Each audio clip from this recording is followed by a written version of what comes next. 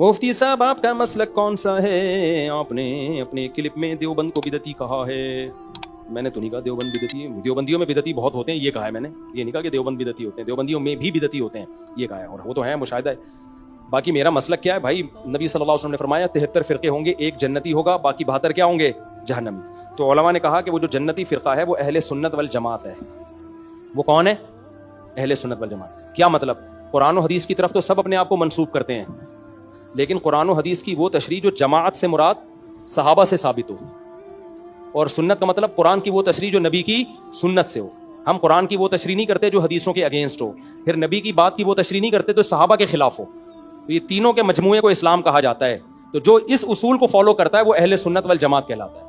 تو یہ چاروں امام جو ابو حنیفہ, مالک, شافعی اور احمد بن حنبل ہیں, انہوں نے ان اصولوں کو فالو کیا ہے کہ قرآن, حدیث اور پھر صحابہ کی تشریح, وہ تشریح جو صحابہ جس کو مانتے ہیں. سمجھتے ہو؟ تو اس لیے اہل سنت والجماعت کے جو چاروں مکاتب فکر ہیں یہ اس ایک جنتی فرقے میں ہی داخل ہیں. تو میں بھی اپنے آپ کو اسی کی طرف منسوب کرتا ہوں. پھر ان میں فروعی اختلافات ہیں جو صحابہ کے درمیان پہلے سے موجود تھے, اب وہ اختلاف حل نہیں ہو سکتے. تو اب پریکٹیکلی پھر آپ کو ایک فقہ کو فالو کرنا پڑتا ہے. سمجھ رہے ہو کہ نہیں سمجھ رہے؟ چاروں برحق ہیں چونکہ چاروں کے بیسک اصول سیم ہیں, قرآن, حدیث اور صحابہ. اب پھر صحابہ میں ہی اگر مسئلے میں اختلاف آ رہا ہے, یہ حدیثیں دونوں طرف ہیں, تو پھر ہم کیا کرتے ہیں؟ برحق سب کو سمجھتے ہیں, عمل کے لیے ابو حنیفہ کے فقہ کو, رحمہ اللہ کے فقہ کو فالو کرتے ہیں. کیوں؟ اس کی وجہ کیا ہے بھائی؟ اب تینوں بھی تو صحیح فقہ ہے نا, ان کو کیوں فالو نہیں کر رہے؟ اس کی وجوہات ہیں. نمبر ایک وقت میں آدمی ایک ہی کو فالو کر سکتا ہے. بعض لوگ کیا کر رہے ہیں, پیڑے کھانے کے لیے کیکڑا کھانا ہو تو شافی بن جاتے ہیں. سمجھ رہے ہو؟ کیکڑے کھانے کے لیے کیا بن جاتے ہیں؟ شافی. اور جب ان کو فقہ حنفی میں آسانی نظر آتی ہے تو حنفی بن جاتے ہیں. یہ طریقہ ٹھیک نہیں ہے, یہ خواہشات نفسانیہ کا اس سے دروازہ کھلتا ہے. تو اس لیے ہم اسی کو سوٹیبل سمجھتے ہیں. بھائی چاروں برحق ہیں, چاروں کی دلیل قرآن و سنت ہی سے ثابت ہے, تو فالو ایک کو کرنا ہے آپ نے. ایک کو اس لیے فالو کرتے ہیں, برحق تینوں کو سمجھتے ہیں.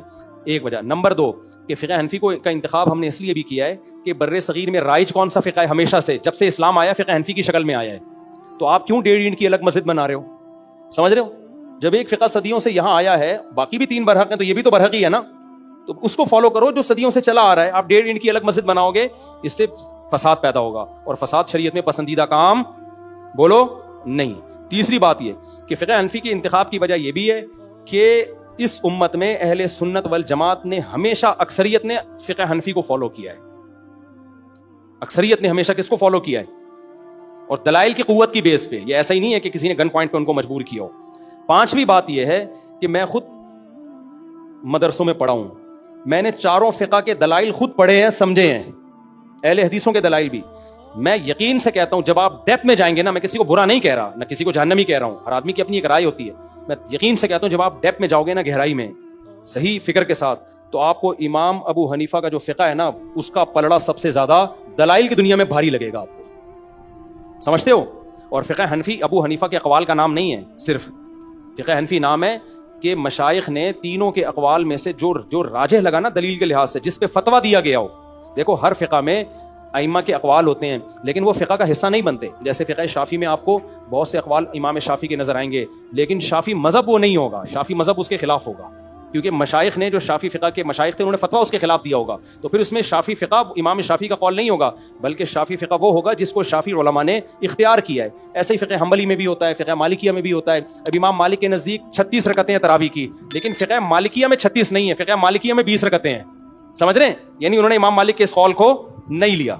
تو اسی طرح فقہ حنفی میں بھی امام حنیفہ کے کچھ اقوال ہیں, لیکن وہ فقہ حنفی نہیں ہے. فقہ حنفی میں مشائخ نے ان کو رد کر دیا. فتویٰ جس پہ جو راجح قول ہوتا ہے اس پہ فتویٰ دیا جاتا ہے, وہ دلائل کی دنیا میں بہت مضبوط ہوتا ہے. سمجھتے ہو؟